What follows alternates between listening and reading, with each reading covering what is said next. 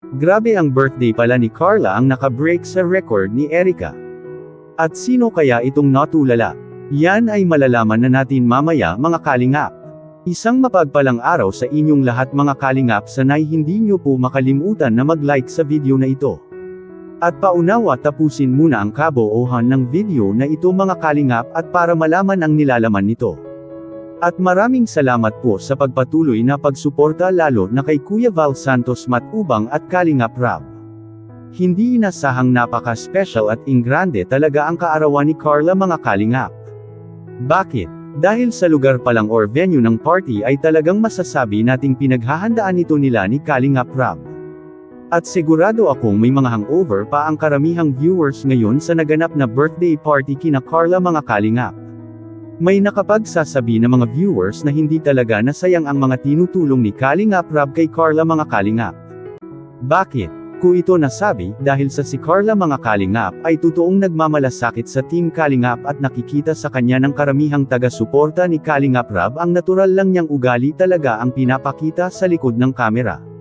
Kaya minahal si Carla ng lubos sa mga taga-suporta ng Jomar at Carla ngayon, mga kalingap, at hindi mabilang na mga gifts at perang natatanggap ni Carla sa kasagsagan ng kanyang birthday.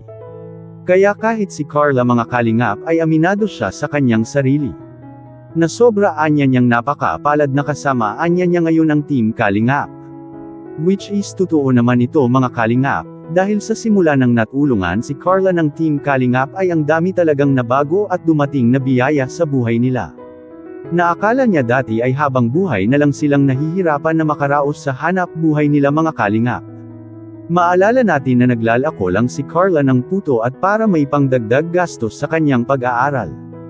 Kaya ngayon na marami ang nagmamahal kay Carla, mga kalingap, ay hindi anya niya sasayangin ang pagmamahal at pagtitiwala ng mga viewers sa kanya.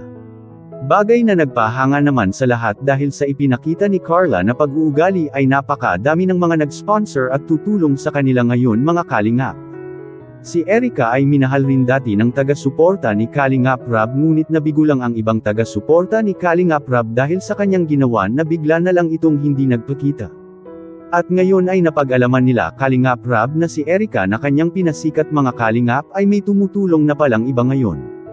Katunayan niyan ay pinagawaan nga sila ni Erica ng bahay ngayon sa tumutulong sa kanya at natitirahan na nila ngayon.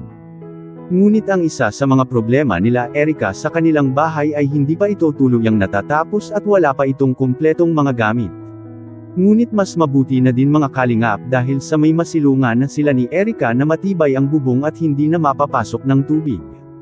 At ang birthday na nga ba ni Carla ang nakabreak sa record ni Erica? Yan ay malalaman na natin ngayon, mga kalingap.